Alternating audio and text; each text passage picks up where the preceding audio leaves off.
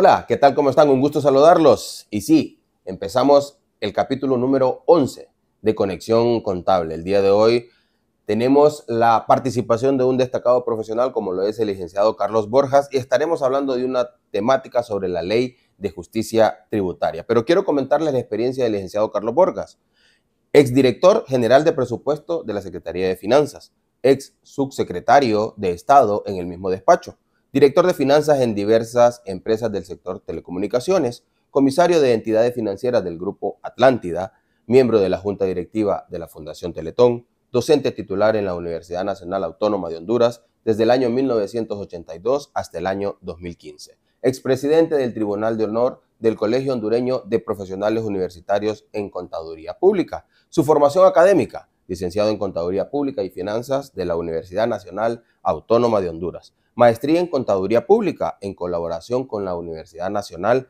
Autónoma de México, certificación de alta gerencia por INCAE, actualmente cursando un doctorado en Administración General. Bienvenido, licenciado Carlos Borjas. Es un placer para mí poder tenerlo. Muchas gracias, licenciado Oviedo. Capítulo número 11 de Conexión Contable. También para mí es una satisfacción y un honor estar aquí compartiendo con ustedes. Licenciado, ¿nos podría comentar cómo surge el interés por el estudio de la contaduría pública? Bueno, me voy a retrotraer allá en el pasado cerca de 50 años. De 50 años cuando estudiaba el último año de comercio en nuestro Instituto Central, ahora Vicente Cáceres. Recuerdo que en ese tiempo vivíamos un tiempo casi de conflictos bélicos. Había pasado como 5 años de la guerra con El Salvador. Y casi todos ya en último año teníamos ya idea de lo que queríamos ser. Yo tenía la intención de ser piloto aviador. Ya estaba a punto de hacer mi examen en la Fuerza Aérea. Mi familia, y mira cómo la familia influye en las decisiones que uno toma a esa edad. De tal manera que mi familia eran militares, oficiales de las Fuerzas Armadas. Pues cambié. Dios tiene el control de los planes de cada uno de nosotros. En ese tiempo nos daba clases de último año la licenciada Antonieta Domínguez, una profesional, una colega nuestra, muy apreciada. Y ella, además de dar clases en el Instituto Central, creo que comenzaba ya a dar clases en la Universidad Nacional, en nuestra Universidad Nacional. Y ella nos comentaba a un grupo de compañeros en una manera informal, nos decía que la carrera de contaduría pública era una carrera nueva y que tenía una tendencia a crecer y que sería importante el ejercicio de la profesión de contaduría pública en el corto y mediano plazo y que iba a ser clave en las organizaciones tanto privadas como públicas. Y que nos olvidáramos de aquel concepto que tenía generalmente la población en el sentido que creían que un contador público universitario era lo mismo que continuar que perito mercantil, sí, tenedor de libros. Nos hablaba la cobertura que tiene la profesión de contaduría pública en finanzas, análisis financiero, contraloría, analista financiero, gerente general de empresas, considerando que la información financiera es básica, es fundamental para la toma de decisiones gerenciales. Eso nos ayudó a reflexionar. Un grupo de compañeros cambiamos de tema, de tal manera que teníamos la idea de estudiar otras cosas y ahí inició nuestro comienzo en matricularnos en contaduría pública y aquí estamos, 40 años de ejercicio profesional, gracias a Dios, aquí estamos de pie y aún ejerciendo. A la licenciada María Antonieta la tuvimos aquí en uno de los episodios y mire qué interesante cómo se conectan luego con otros profesionales la influencia en este caso de una docente, claro, ¿verdad? Que orienta de manera correcta a estudiantes para poder estudiar esta hermosa y linda carrera la cual compartimos. Licenciado Carlos, vamos a hablar sobre una temática muy interesante, la Ley de Justicia Tributaria. ¿Nos podría comentar usted un contexto en relación de manera general para luego fundamentar esas opiniones que nos va a dar a las consultas que le haremos? De acuerdo, el proyecto de Ley de Justicia Tributaria, todos sabemos que es un tema de actualidad muy importante y nosotros como contadores públicos estamos obligados a conocer el fondo, el contexto y cuáles podrían ser los impactos en la economía nacional. Hay que tener presente que también este proyecto de ley forma parte de los acuerdos suscritos con el Fondo Monetario Internacional allá por septiembre del año 2023.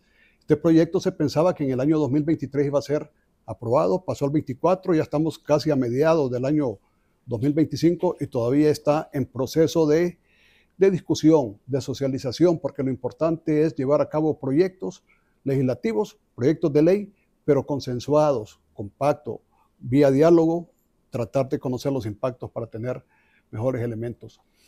Cuando hablamos de ¿cómo se llama?, de este proyecto de ley de justicia tributaria, solamente hay que pensar cuáles son sus objetivos y de dónde nace, pero en principio quisiera hablar del contexto. Sí. Nosotros, como contadores públicos, sabemos la importancia del crecimiento económico en un país, que este crecimiento económico sea alto y sostenido, porque en la medida que ese crecimiento económico es alto y sostenido, genera mejores condiciones, promueve la generación de mejores condiciones de vida de la población hondureña o de la población, que ese es uno de los objetivos que establece la Constitución de la República. Entonces, para que haya un crecimiento económico alto y sostenido, depende de varios factores. Y si hay una buena gestión pública para tratar de interconectar todos estos factores, hay posibilidad de que haya mayor producción de bienes y servicios y como consecuencia estos tengan impacto en la economía nacional. Dentro de los factores que influyen en el crecimiento económico hay uno que es importante: las políticas públicas. Y dentro de las políticas públicas está la política fiscal. Sí. Y dentro de la política fiscal están los incentivos fiscales, como las exoneraciones. Claro, son incentivos para atraer inversión privada, nacional e internacional, para que haya mayor producción de bienes y servicios y como consecuencia mejorar o incrementar el crecimiento económico del país. Y eso es clave para todo. Ahora bien, también hay que tener presente que esta ley de justicia tributaria tiene como uno de los objetivos evitar los abusos, según la teoría que he visto ahí. Pero hay que enmarcarlo también en el contexto del presupuesto general de la República. Actualmente, año 2025, el presupuesto general de la República ronda cerca de 430,000 millones de lempiras, de los cuales hay un 62% que va a la administración central. Sí. Un 62% que son como 267,000 millones de lempiras. Eso está financiado en gran parte por los ingresos corrientes, o mejor dicho, también los ingresos tributarios. Ahora, se piensa que los ingresos, bueno, no se piensa, sino que está comprobado que a medida que hay más crecimiento económico, los ingresos tributarios van incrementándose. Y como consecuencia, hay oportunidad de financiar programas sociales que tengan impacto en las condiciones de vida de la población. Entonces, bajo ese marco, se piensa que este proyecto de ley va a incrementar los ingresos. Y hay que considerar algo. Actualmente, dentro de ese presupuesto, se puede observar, y no solamente este presupuesto, sino que ves la tendencia de años anteriores, cómo el presupuesto de gastos va para arriba, año con año. Y dentro de ese presupuesto de gastos está el gasto corriente y el servicio de la deuda, gasto de capital y servicio de la deuda. Y se observa que ese crecimiento de gasto corriente y del servicio de la deuda va para arriba, de tal manera que los ingresos, a pesar que van creciendo, porque la economía va creciendo, los ingresos van creciendo, pero esos ingresos no son suficientes para atender ese nivel de crecimiento del gasto corriente y del servicio de la deuda. Es decir, que si no se buscan alternativas al servicio de la deuda y el gasto corriente no va a poder ser financiable. En este año 2025 hay un déficit fiscal de aproximadamente 38,000 millones de lempiras. Eso equivale a 3.8 del Producto Interno Bruto. Y entonces, ¿cómo se va a financiar? Vía nuevos préstamos. Pero si estás obteniendo nuevos préstamos, entonces estás como echándole leña al fuego, porque el endeudamiento se está yendo para arriba y los ingresos se están quedando casi estancados. Entonces va a haber un momento en que esa deuda no va a ser sostenible. Entonces, ese es el marco general de que podemos conversar en qué se basa o cuál es el objetivo de este proyecto de ley. Perfecto. Muchas gracias por ese contexto que nos da preliminarmente el licenciado Carlos Borjas, y ahora nos vamos a meter un poco a algunas consultas para que desde la perspectiva profesional suya nos pueda compartir e ilustrar sobre este proyecto de ley de justicia tributaria. ¿Nos podría usted hacer una síntesis de la forma y fondo de esta ley? ¿Cuál es el trasfondo real desde el punto de vista técnico de este proyecto de ley de justicia tributaria? Bueno, como lo habíamos hablado anteriormente, en el presente año tenemos un déficit fiscal de aproximadamente 38.000 millones de lempiras que lo estamos financiando vía préstamos, vía endeudamiento. Eso va a incrementar el nivel de deuda y hay que buscar fuentes de ingresos para poderla atender. Entonces se ha visto como alternativa la ley o el proyecto de ley de justicia tributaria. Hay que tener presente que actualmente se considera uno de los elementos, o mejor dicho, los elementos de la ley de justicia tributaria o de ese proyecto. Hay 4 aspectos que para mí son los más relevantes, que sustituyen el régimen de las exoneraciones fiscales por otro nuevo régimen que se llama RINDE. Piensan sustituir la renta mundial por la renta territorial vigente actualmente. Actualmente están las órdenes de compra exentas o exoneradas, las quieren eliminar y poner otro sistema que es como notas de crédito o solicitar reembolsos. Y lo otro es el secreto bancario. Son 4 puntos que, en mi opinión, vale la pena traerlos acá y hablar y desarrollar cada uno de ellos. Perfecto, Lick. Y justamente con eso, porque mi siguiente pregunta iba alineada a ese punto. ¿Qué figuras derogaría este proyecto? ¿Qué cosas son las que realmente se van dando? Y he escuchado mucho, sobre todo en las declaraciones públicas, pero no desde el punto de vista técnico, sobre el tema de ese cuarto elemento que mencionaba usted, la parte del secreto bancario. La mayor parte de las declaraciones públicas están orientadas a eso. ¿Usted qué opinión tiene sobre estos 4 grandes cambios que podría ofrecer el proyecto de ley de justicia tributaria? Y si considera que sí, el secreto bancario es el que debería de ponerse como un stand-by ahorita e iniciar con los otros 3 pilares del proyecto. Muy bien. Vamos a comenzar con el de exoneraciones fiscales. Y en principio vale la pena saber qué es una exoneración fiscal. Sí. Exoneración fiscal no es otra cosa que una dispensa total o parcial de pago de impuestos, tanto impuesto sobre la renta como impuesto sobre ventas. Es una dispensa, pero con el objetivo, como un incentivo para atraer inversión privada, tanto nacional e internacional, para que inviertan en proyectos en Honduras, generen bienes y servicios, y eso que tenga impacto en el crecimiento económico y como consecuencia en los ingresos tributarios. Sí. Eso es las exoneraciones fiscales. Otros dicen exoneraciones tributarias. Actualmente es una preocupación el nivel de exoneraciones dentro del nivel del gasto tributario total. Es una preocupación no de hoy en día, sino que desde hace, de repente, del 2006 para acá. Porque el gasto tributario en el cual está influenciado por las exoneraciones viene creciendo casi logarítmicamente.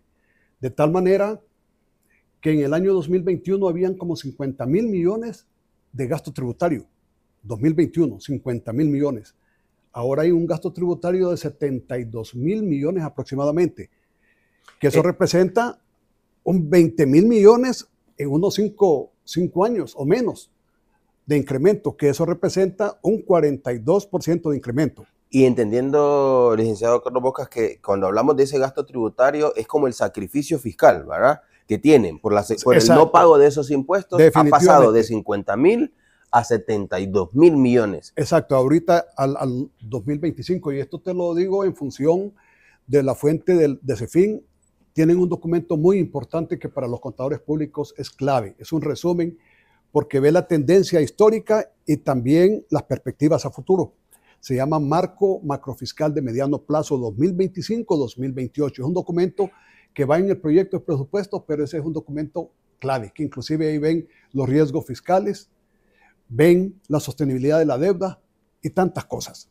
Okay. Entonces, he mencionado que esa es una preocupación no solamente de hoy, sino que desde el 2006 para acá.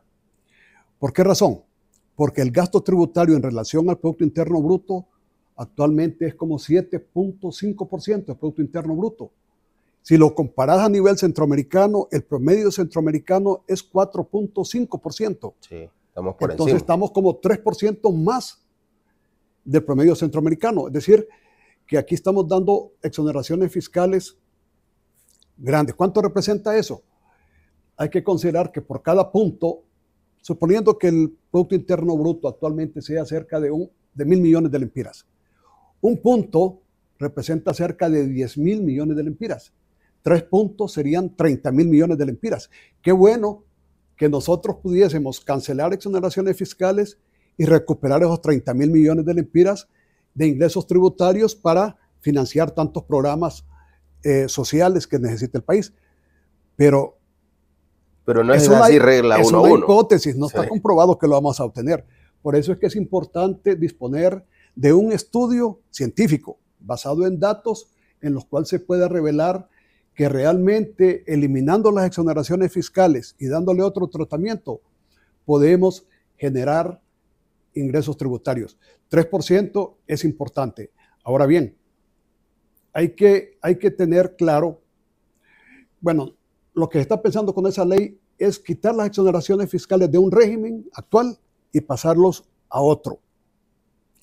Pero eso puede cambiar las reglas de juego, de tal manera que los inversionistas que vinieron al país a poner sus capitales, considerando esas reglas vigentes, fue que se atrevieron a invertir. Y aquí están. Si les cambiamos las reglas y los van a afectar, va a tener seguramente impacto en la economía nacional. Hay un estudio de COSEFIN, que es el Consejo de Ministros de Finanzas de Centroamérica 2023, que establece claramente que hay una correlación entre una correlación positiva entre gasto tributario y exportaciones. Es decir, que ese gasto tributario se ha incrementado, entonces las exportaciones van para arriba. Hacia arriba también. Y ustedes ven cuando ven los informes del Banco Central que uno de los elementos claves que generan crecimiento económico es la industria, la maquila, por ejemplo. Está el sector de energía, telecomunicaciones, servicios financieros, y hay tantos más que son claves en el crecimiento económico del país. De tal manera que en estas exoneraciones fiscales, si se quiere quitar el abuso y evitar tantas irregularidades que pueden haber ahí, no es necesario cambiar la ley. Hay un reglamento en la actual ley que obliga o que faculta, podríamos decir, a la Dirección General de Exoneraciones de la Secretaría de Finanzas y al Servicio de Administración de Rentas a llevar a cabo adecuados controles y auditorías. ¿Para qué? Para que aquellas empresas o organizaciones que gozan de estas exoneraciones fiscales y están abusando, procedan inmediatamente con el debido proceso a suspendérsela o a cancelársela. De tal manera que cancelar estas exoneraciones fiscales tendría que haber un documento que puede determinar cuál podría ser el impacto en la economía nacional. Porque al final podría ser que más bien bajen los ingresos tributarios. Vean una cosa, solamente como una comparación. En la costa norte de nuestro país se han ido gran cantidad de maquilas. Sí. Estaban en las zonas libres ahí. Estas empresas gozaban de exoneraciones. Ok, si se fueron, lógicamente esas exoneraciones, ese gasto ya no lo tenemos, porque se fueron. Entonces se pregunta, si ya no tenemos esas exoneraciones, ¿se van a mejorar los ingresos? ¿Los vamos a recuperar? No. Esas se fueron, se fue el gasto, va a disminuir el gasto, pero los ingresos tributarios no se incrementan. En cambio, si hay empresas industriales y agroindustriales en el país que producen aquí para el mercado nacional y le quitan las exoneraciones o tienen algún efecto, ustedes, el gobierno puede quitárselas. pero esa gente lo que hace es que el costo de producción se les va a incrementar. Si se les incrementa el costo de producción, incrementan los precios y se los trasladan al consumidor. Y ahí va a generar inflación. Usted y yo somos los que vamos a terminar pagando eso y la inflación se va a ir por los cielos, ¿verdad? Vamos a seguir hablando sobre esta temática, licenciado Carlos Porras. Con el segundo elemento, licenciado Carlos, hablábamos sobre la parte de las exoneraciones y que la regla no es 1 a 1, no es que quitándola se van a aumentar los ingresos tributarios, en eso estábamos cerrando en su participación anterior. En el segundo pilar, relacionado con las órdenes de compra exentas, ¿cuál sería el efecto? ¿Cómo mira usted esa otra parte, ese otro pilar de este proyecto de ley? Ok, solamente se me había olvidado algo importante. Esas exoneraciones fiscales son parte del compromiso que tuvimos con el Fondo Monetario. El Fondo Monetario acordó con el gobierno que si cumplíamos algunas metas nos iban a desembolsar los 822 millones de dólares, que es un montón de plata.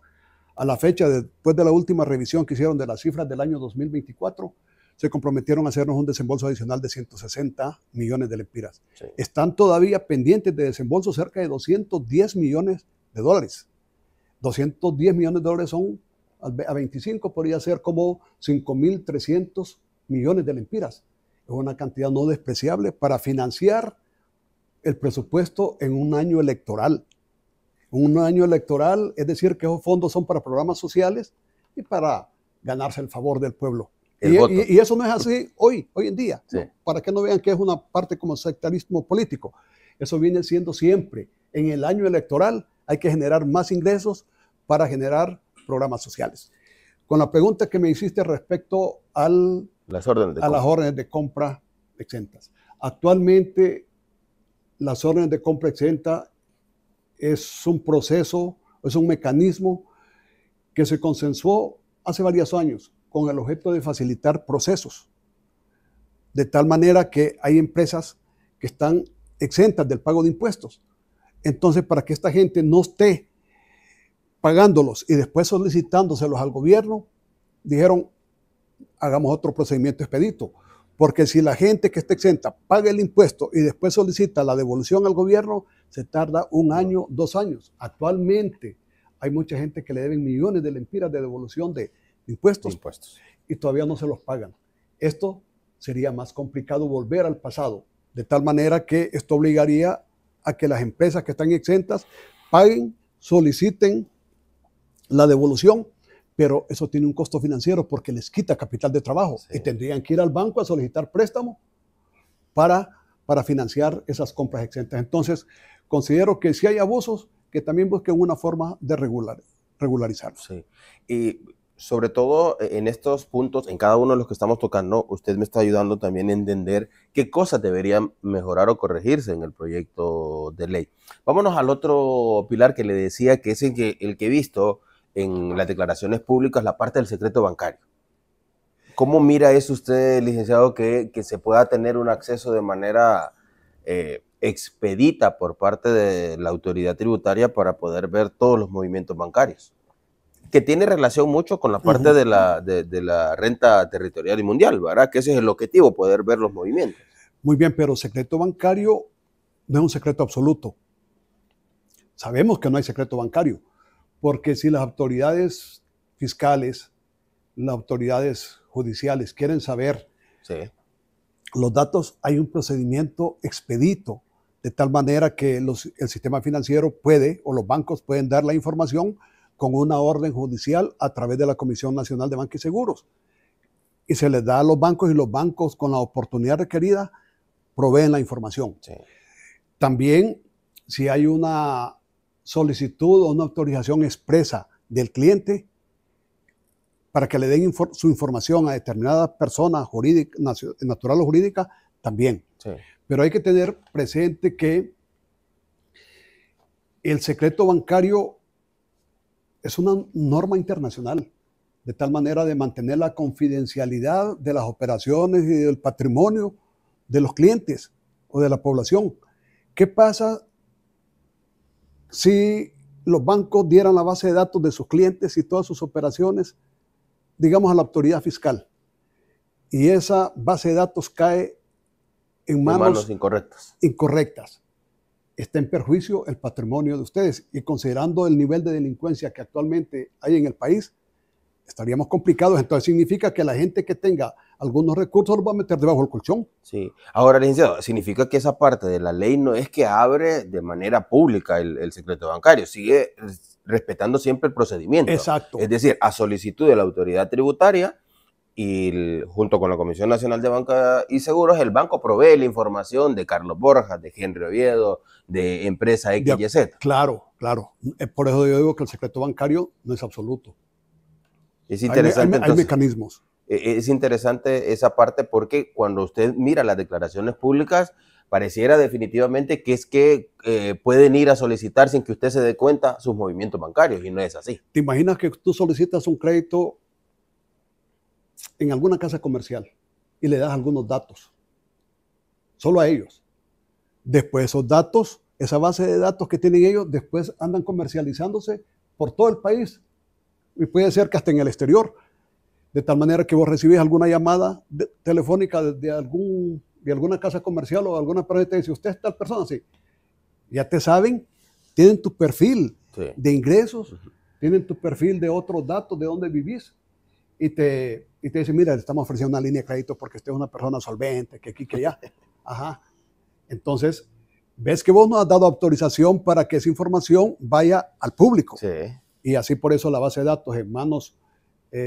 yo sé que la Administración Tributaria es una institución seria, pero hay momentos que no tienen suficiente los niveles de ciberseguridad para manejar esa información. Sí, debería seguir siempre existiendo el proceso judicial. Y a nivel centroamericano, solo vi Centroamérica, todos los países tienen ese secreto bancario. Mantener la confidencialidad. Y en relación a esto, licenciado, este proyecto de ley, ¿qué ventajas o desventajas desde el punto de vista competitivo nos da con nuestra región, con los otros países centroamericanos? En este momento son competitivos, de tal manera que si en algún momento les empezás a aplicar o a reducir esos incentivos fiscales o esas exoneraciones que forman gran parte del gasto tributario, lógicamente que los costos de operación y los costos de los bienes y servicios que ellos ofrecen van a subir de precio y se lo van a trasladar al cliente. Y en el exterior, lógicamente ya no van a ser competitivos. Sí, sin duda alguna. ¿Cómo asegurar que los cambios que sugiere o que propone esta ley no afecten a las pequeñas y medianas empresas o realmente solo esté enfocado para los medianos y grandes contribuyentes? Bueno, yo considero que si hay pequeña y mediana empresa que están exonerados, también van a verse afectados. Por eso es que es importante que haya un estudio basado en datos que revelen costo-beneficio, qué sectores podrían ser afectados y cuál va a ser el impacto de estas reformas en la economía nacional. Excelente, eso es importante, lo ha mencionado ya como 2 o 3 veces usted, Lic, el hecho de un estudio científico, que es, creo, lo que el gobierno no ha hecho, presentar un estudio científico a la par de la propuesta de ley para mostrar esos resultados. Yo no lo he visto, sí. No lo he visto porque es importante tenerlo, porque con eso podés socializarlo, podés venderlo a todos los sectores de la sociedad, particularmente a la empresa privada, y decirle cuáles son los impactos y los beneficios que vamos a obtener. De eso hay que tener mucho, pero mucho cuidado. Es decir, que no solamente para acceder a los fondos del Fondo Monetario, que son los 5.000 millones de lempiras, hay que soltarse con este proyecto. No hay que tomar decisiones a la ligera. Porque al final puede suceder así como la crisis que vive la industria camaronera en la zona sur del país. Sí, ahorita que al haber roto relaciones con Taiwán, la industria camaronera de Honduras se fue por los suelos, impactando en la generación de divisas, en la generación de ingresos, en el Producto Interno Bruto y en las condiciones de vida de la población de la zona sur. Sin duda alguna que este proyecto de ley por eso ha generado tanto debate, porque no hay una claridad de los pros y contras desde el punto de vista técnico. Creo que puede opinar alguien desde el punto de vista de declaraciones generales, pero no desde el punto de vista técnico, y es aquí donde me gustaría, licenciado, que usted nos comente cuál es el papel que nosotros como contadores debemos jugar en este tipo de declaraciones de manera pública. Y quiero que me diga esa parte Vamos a seguir hablando sobre esta temática, pero sobre todo enfocado en eso. ¿Qué necesitamos hacer nosotros los contadores para poder tener este conocimiento técnico y opinar con base sobre este proyecto de ley? Licenciado, entonces hablábamos sobre esta temática. ¿Cómo nosotros los contadores debemos estar preparados para tener opiniones técnicas relacionadas con esto? Y no solo lo que de pronto se da pues, en las declaraciones públicas que tienen más tinte político y no técnico. Nosotros como contadores públicos sabemos que estamos en diferentes instituciones públicas y privadas. Y hay muchos profesionales que trabajan también en la administración de rentas. Una de las cosas importantes del contador público es que debemos estar estudiando, estar actualizándonos, ver las tendencias mundiales de estos temas de administración tributaria, cómo están influenciando. Y lógicamente, una vez aprobada esta ley, nosotros tenemos que estudiarla más, porque tenemos la obligación de darle cumplimiento estricto. De tal manera que lo más importante es estudiarla, y no solamente estudiarla acá, sino que ver a nivel el ámbito internacional qué medidas se pueden utilizar o están utilizando y que han sido exitosas para aplicar medidas tributarias similares a esta. Perfecto. Y retomando los 4 pilares que ya hablamos un poco de las exoneraciones, nos habló también relacionada con la parte de las órdenes de compra exentas, hablamos sobre el secreto bancario, se nos había quedado por ahí lo que es el cambio de renta mundial a renta territorial o viceversa, de renta territorial a renta mundial. ¿Nos podría ilustrar cuál es la diferencia de una y la otra, cuál es la que actualmente tenemos y a cuál migraría según este proyecto de ley? Muy bien. Actualmente tenemos nosotros en el país el régimen de la renta territorial. ¿Qué significa? Que el impuesto solo aplica a la renta generada dentro del territorio nacional. Actualmente las rentas que se obtienen de capitales invertidos en el exterior no están sujetas al pago de impuestos. Pero hay seguridad que estas rentas o estos capitales invertidos en el exterior generan renta allá y pagan impuestos allá. Entonces hay una verdad absoluta de que este nuevo mecanismo, esta nueva transición generará doble tributación. Porque si traes esas rentas para acá y las consolidas, vas a pagar impuestos sobre la renta por ellas y ya pagaste por una parte allá en el exterior. Entonces, lo que se puede hacer ahí es para evitar la doble tributación, que eso es lo que se critica de esta ley, es que esa renta que pagaste en el exterior te sirva de crédito fiscal acá. Bajo ese marco yo estaría de acuerdo con la renta mundial en lugar de la renta territorial, evitando esa doble tributación, porque es justo, pero hay un tema bien importante que sí vale la pena resaltarlo. Hay estudios que indican que economías como la de Honduras, que es pequeña, que es abierta, hay pocos capitales hondureños que tienen inversiones en el exterior. Sí. De tal manera que la renta que tienen en el exterior va a tener poco o mínimo impacto en la renta, en los ingresos tributarios acá.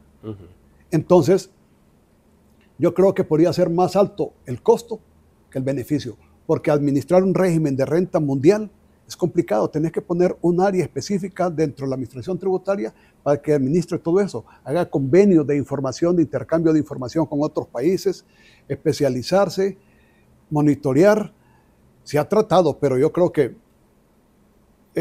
podría ser, aunque vale la pena hacer el intento con renta mundial, siempre y cuando se considere que el pago de impuestos de las rentas en el exterior sean consideradas como un crédito fiscal dentro del país. Sí, que pueda ser deducible de lo que surja en mi declaración de renta aquí en Honduras.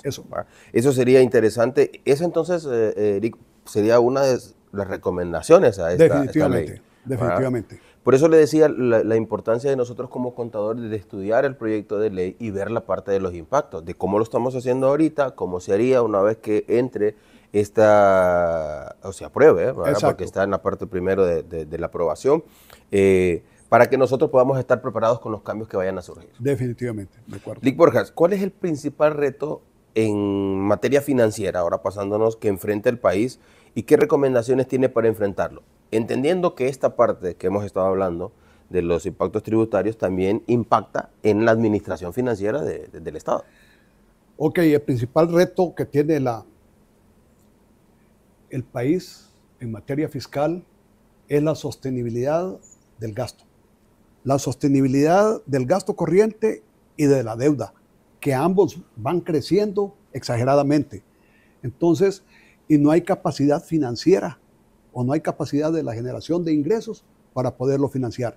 De tal manera que eso a mediano o a largo plazo puede ser una bomba de tiempo, de tal manera que en algún momento no podamos pagar la deuda pública, no podamos hacerle frente a tanto gasto corriente.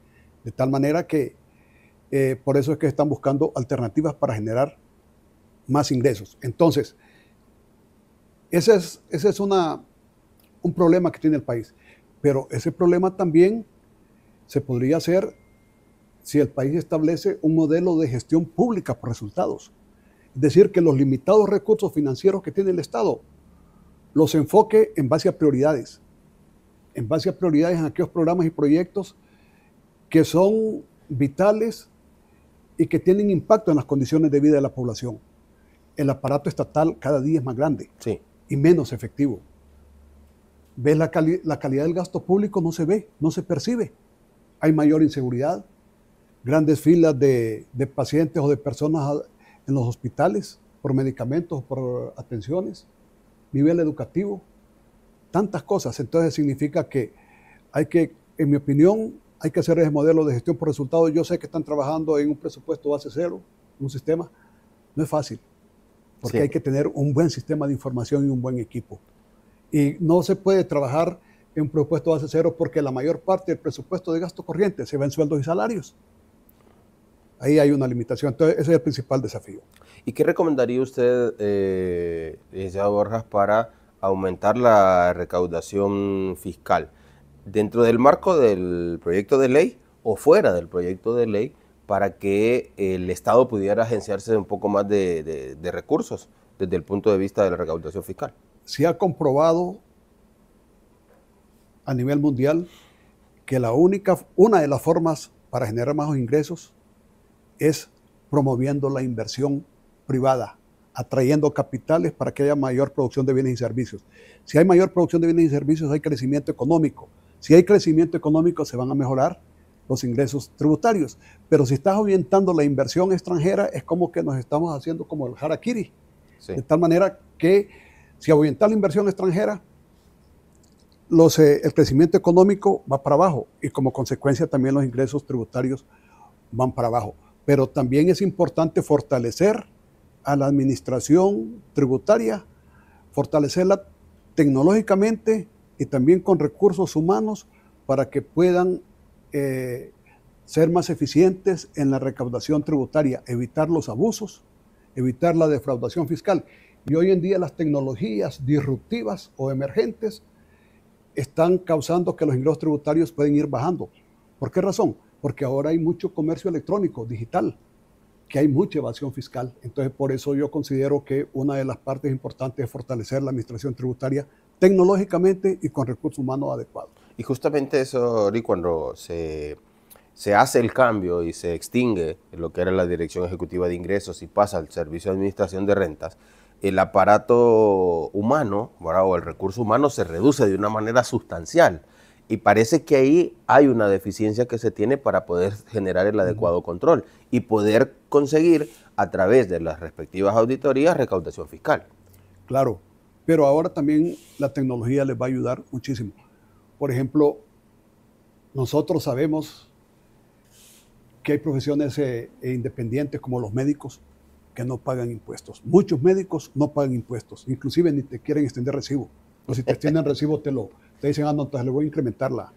Sí. Entonces, hay tanta labor que hacer. Yo sé que la administración tributaria ha mejorado su gestión, pero le falta mucho y ocupa mucho apoyo de parte de la administración central, con apoyo financiero y para fortalecerse tecnológicamente. Ok, bueno, licenciado, sin duda alguna que este es un tema sumamente amplio, sin duda alguna que da para poder hablar horas, relacionado con este De tema. acuerdo. Pero le agradezco mucho sus opiniones alrededor de este proyecto de ley y luego vamos a entrar a una sección muy interesante que ya le voy a compartir en unos minutos.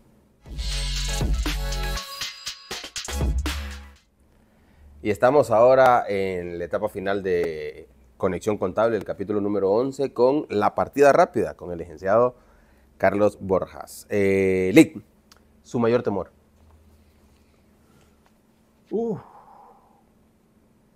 Aparentemente no tengo temores, pero un temor podría ser, o puede ser, perder la paz interior que Dios me da. Su mayor alegría, Lic. Hay tantas. Por ejemplo, haber aceptado a nuestro Señor Jesucristo como mi Salvador personal, pero también esa alegría, el nacimiento de mis hijas y mis nietos. Su canción favorita, Lic. Hey, ahí me estás complicando porque son canciones viejas. Por ejemplo, Julio Iglesias, como La vida sigue igual. Me gustan también los de Armando Manzanero, que son poemas románticos. Me gusta Contigo aprendí. Su pasatiempo, Lic. Me gusta estudiar, escuchar música, videos musicales y andar en el campo con mis nietos e hijos. Su mejor maestro a lo largo de su vida académica. Mira, todos los maestros que he tenido han contribuido a mi formación y todos han sido buenos. Pero si me querés sacar uno que sobresalga, Antonita Domínguez, Jorge Valdés Garay, de los que están activos. Siempre recuerdo a grandes maestros que influyeron en mi vida. William Chong, Roberto Núñez, que ya partieron, Efraín Espinal, Ernesto Buenray, que tú no los conociste, pero fueron de los fundadores de la carrera. Perfecto. ¿Qué significan las finanzas en su vida? Mira, cuando hablamos de finanzas hablamos de plata, de dinero. Y realmente es un recurso importante para tener una vida tranquila. ¿Qué significa la carrera de Contaduría Pública? Bueno, es una carrera que su ejercicio como notario de la fe pública en materia financiera a uno lo dignifica. Excelente. Y esta ha sido partida rápida con el licenciado Carlos Borjas.